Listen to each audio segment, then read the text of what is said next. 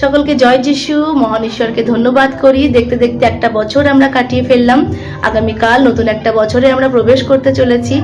আর এই বছরটা ছিল আমাদের কাছে অনেক ব্লেসিং এর, অনেক অনেক আশীর্বাদের। কারণ এই বছরেই আমার ভাই, যে ছিল অনেকটা শৌলের মতো, সে প্রভু যিশুকে গ্রহণ করেছে, মন ফিরিয়েছে এবং তার জীবন প্রভুতে সমর্পণ করেছে। আমার পুরো পরিবার সেই উদ্ধারের পথকে জানতে পেরেছে। এটা একটা অনেক বড় আনন্দের আমার কাছে। আরো বিশেষ করে এই বছরেই আমি প্রভু যিশুর জন্য লাঞ্ছিত হয়েছি, যেটা খ্রিস্ট বিশ্বাসীর কাছে একটা মুকুট স্বরূপ।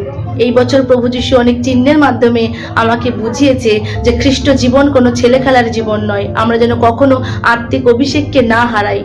যে পবিত্র আহ্বানে প্রভু যিশু আমাদেরকে আহ্বান করেছেন, সেই পবিত্রতা থেকে যেন কখনো আমরা না সরে যাই। তার ফলস্বরূপ কখনো ভালো হয় না। তাই প্রভু যিশুকে ধন্যবাদ করি যে এই 2025 সাল আমাদের কাছে অনেক ব্লেসিং এর।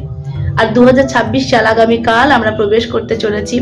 আমি প্রার্থনা করব যে যারা এই বছরে যা কিছু পায়নি বা যারা এখনো যিশুকে জানতে পারেনি, তারা যেন প্রভু যিশুকে জানতে পারে, নিজের জীবনের মুক্তিদাতা ত্রাণকর্তা রূপে স্বীকার করতে পারে আর উদ্ধারের পথকে জানতে পারে।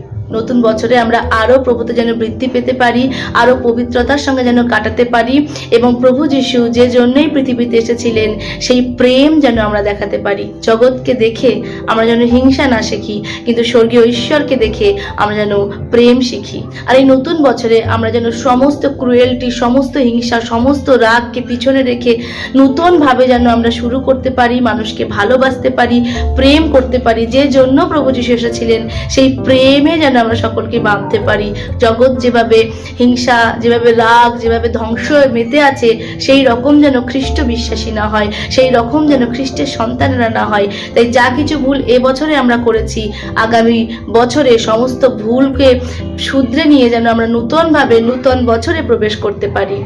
ঈশ্বর প্রত্যেককে নতুন বছরে অনেক আশীর্বাদ করুক। আমরা যেন প্রভুর বাক্যে আরো বৃদ্ধি পেতে পারি, তার রাজ্যের জন্য যেন নিজেকে তৈরি করতে পারি। ঈশ্বর নতুন বছর প্রত্যেকের জীবনে অনেক আশীর্বাদ নিয়ে আসুক। সকলকে জয় যিশু এবং হ্যাপি নিউ ইয়ার।